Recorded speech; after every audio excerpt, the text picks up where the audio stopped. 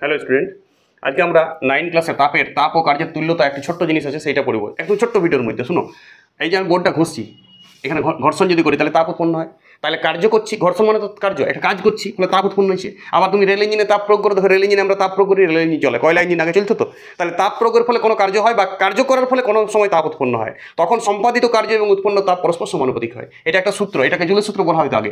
মানে সম্পাদিত কার্য মানে ওয়ার্ক এবং উৎপন্ন তাপ সমানুপাতিক হয়। কি বললাম? যখন কোনো কার্যের ফলে তাপ উৎপন্ন হয় বা তাপ প্রয়োগের ফলে কার্য সম্পন্ন হয়, তখন সম্পাদিত কার্য এবং উৎপন্ন তাপ পরস্পর সমানুপাতিক হয়। এই সমানুপাতিক থেকে ধ্রুবক দিতে হয় একটা জে। এই জেটাকে বলা হয় যান্ত্রিক তুল্যাঙ্ক। খুব ইম্পর্টেন্ট, যেটাকে কি বলা হয় গো? যান্ত্রিক তুল্যাঙ্ক। তোমাকে যদি পরীক্ষায় পড়ে যান্ত্রিক তুল্যাঙ্কের এসআই একক কি, তুমি বলবে যান্ত্রিক তুল্যাঙ্ক স্যার এসআই একক নাই। দেখিবে ওয়েব সিরিয়াস, যান্ত্রিক তুল্যাঙ্কের কোনো এসআই একক থাকে না। যান্ত্রিক তুল্যাঙ্কের শুধুমাত্র সিজিএস একক থাকে।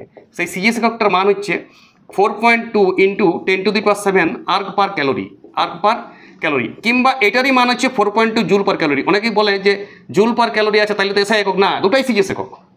এর কোনো এসআই এককই নেই, এমকেএস পদ্ধতিতে কোনো এককই নেই যান্ত্রিক তুল্যাঙ্কে। এবার যান্ত্রিক তুল্যাঙ্ক তো যে, তাহলে জের মান তুমি কী করে নির্ণয় করবে? তাহলে চলো W/H করো। তাহলে আমরা ফিজিক্স পড়ি, এইচটা 1 করে দিই, তাহলে জে সমান W। শোনো, তার মানে একক পরিমাণ তাপ উৎপন্ন করতে গেলে যে পরিমাণ কার্য করা হয় তাকেই বলে যান্ত্রিক তুল্যাঙ্ক। এটা যান্ত্রিক তুল্যাঙ্কের সংজ্ঞা। এবং যান্ত্রিক তুল্যাঙ্ক যদি বলে কারো যান্ত্রিক তুল্যাঙ্ক 5 জুল পার ক্যালোরি বলতে কি বোঝো? তার মানে আমি 1 ক্যালোরি তাপ প্রয়োগ করলে 5 জুল তাপ কার্য উৎপন্ন হবে। 1 ক্যালোরি যদি তাপ প্রয়োগ করি তার মানে 5 জুল কার্য সম্পন্ন হবে। এবার থেকে বিভিন্ন অঙ্ক পড়ে পরীক্ষায়। ধরো তোমাকে বলেছে যে 84 ক্যালোরি তাপ প্রয়োগ করতে কত কার্য করতে হবে, তখন তুমি 84 ক্যালোরি তাপ আছে, তাহলে এইচের জায়গায় 84 বসাবে। না, ধরো 84 জুল কাজ করতে, 84 জুল কাজ করতে কত তাপ প্রয়োগ করতে হবে, কার্য করতে, উল্টা 84 জুল কার্য করতে কত তাপ প্রয়োগ করতে হবে, এমনি অঙ্ক দিয়েছি ছোটো একটা। তাহলে তুমি কী করবে? 84 জুল মানে ডাব্লিউর জায়গায় 84 বসাও, আর এইচটা বাইর করবে, আর জে এর মান কত বসাবে? 4.2 জুল পার ক্যালোরি। যেহেতু জুল দিয়েছে তো জুল পার ক্যালোরি, তাহলে এইচের মানটা কত হবে? 84/4.2, তাহলে 840/42 মানে 20। তার মানে আমাকে 20 জুল তাপ দিতে হবে। যদি বলা ক্যালোরিতে বলো তো 10⁷ দিয়ে 4.2 দিয়ে ভাগ করে দেবো, বাস। এককটা বুঝো, দুটাই সিজিএস একক। 4.2 10⁷ আর্গ পার ক্যালোরি, সেটাও সিজিএস একক।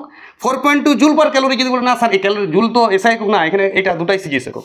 আর 10⁷ উঠাচ্ছি তো আর্গকে জুল করতে গেলে তো 10⁷ উঠাতে হয়। আমি কার্যক্ষমতা সত্যি তো পড়ে এসেছি তো। এসআই একক নাই, যান্ত্রিক তুল্যাঙ্কের কোনো এসআই একক থাকে না, এসআই একক বিহীন হয়। কারণ এসআই এককটা কাটা যায়। দেখো ডাব্লিউ সমান কি আছে? ডাব্লিউ সমান যে এইচ, তাই এইচেরও একক জুল, ডাব্লিউর একক জুল, তাহলে জে এর একক জুল বাই জুল তো এক হয়ে যাবে। সেই জন্যই এসআই পদ্ধতিতে যান্ত্রিক তুল্যাঙ্ক একটি একক বিহীন রাশি। ঠিক আছে, এসআই পদ্ধতিতে। কিন্তু সিএস পদ্ধতিতে যান্ত্রিক তুল্যাঙ্কের এককও আছে, মানও আছে। 4.2 10⁷ আর্গ পার ক্যালোরি 4.2। এবারে অনেক অঙ্ক করলেই তবে শেষ হয়ে যাবে। ওকে।